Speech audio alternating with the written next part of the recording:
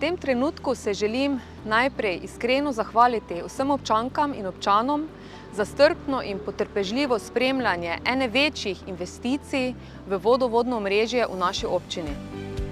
Na starem vodovodnem omrežju imamo ogromne količine izgub, ki jih seveda vsi občani tudi plačujemo. S to nadgradnjo pa bomo te ogromne količine izgub tudi odpravili. Trenutno imamo v mestu številna gradbišča in delnih zapor cestišč, zato ponovno naprošam občane za strpnost in potrpežljivost. V teh dneh se že asfaltirajo posamezni odseki ulic. Do vključno 3.7. imamo popolno zaporo dela Panonske ulice zaradi sanacije državne ceste.